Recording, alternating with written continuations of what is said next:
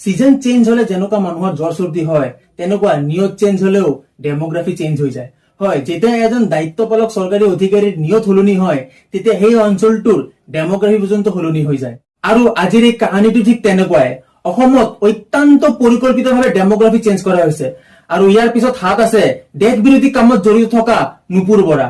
নুপুৰ বৰাই ঘুষ লৈ হিন্দু সমাজৰ মাটি বহিৰাগত লোকক দিছিলে। এজন দায়িত্বশীল চাৰ্কেল অফিচাৰ হৈও তেওঁ অবৈধ লোকক বসতি দিবলৈ ৰেড কাৰ্ড বনাইছিলে আৰু 6 বছৰ চাকৰি কৰি নুপুৰ বৰা হল কোটিপতি।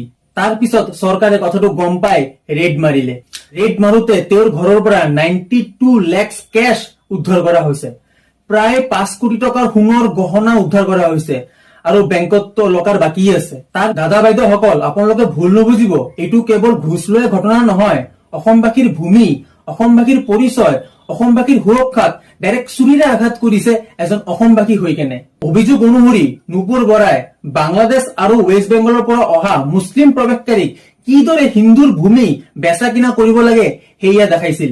এনঅচি দিয়াৰ বাবে যি এপ্লিকেশ্যন আহিছিলে চবৰে পৰা 1500 পৰা লাখ টকা ঘুষ লৈ এনঅচি দি দিছিলে। হিন্দু মন্দিৰৰ ভূমি আৰু ব্যক্তিগত হিন্দুৰ ভূমি অবৈধভাৱে স্থানান্তৰ কৰিছিলে। বৰপেটাত তেওঁলোকৰ এই কাৰ্যকৰ্মৰ বাবে 75% মুছলিম বৃদ্ধি পাইছে। চাওক আমাৰ মাননীয় মুখ্যমন্ত্ৰীয়ে কি কৈছে। অসমত সংখ্যালঘু অধ্যুষিত অঞ্চলসমূহৰ ৰেভিনিউ চাৰ্কুলত বহুত বেছি দুৰ্নীতি হৈ আছে।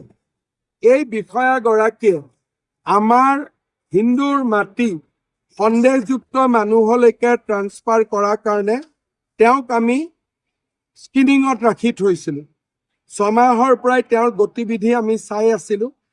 বৰপেটাত ৰাজহচক্ৰ বিষয়া হৈ থাকোঁতে হিন্দুৰ মাটি তেওঁ সন্দেহযুক্ত লোকলৈ টকা লৈ পেলাই হস্তান্তৰিত কৰিছিল আৰু সেইকাৰণে আজি আমি কঠোৰ ব্যৱস্থা লৈছোঁ। কাম কৰাইছে কিন্তু পইচা দিয়া নাই। চাওক ঠিকাদাৰজনে কি ক'লে। পইচাটো কি কৰিল? পইচা হোৱা নাই ৰবা। এতিয়া হোৱা নাই বুলি এতিয়া ইমান দিন হ'ল, এতিয়া মিস্ত্ৰী বিলাকতো নৰখে নহয়। ফোনৰ ওপৰত ডেইলি ফোন কৰি আছে, এতিয়া হোৱা নাই বুলি কেনে কিমান দিন ৰখি থাকিম কওকচোন। অলপ কম দিয়া মই। নহয়, এইটোৰ এতিয়া আপুনি দোকান মোৰ নিজৰ বিজনেছ হলে বেলেগ কথা, আপুনি যেতিয়াই দিয়ে তেতিয়াই দিব। লেবাৰ পেমেণ্টত আপুনি এতিয়া কোনোবা দিনা পইচা আহিব দিব, সেইটো কেনেকে ৰখি থাকিম কওকচোন।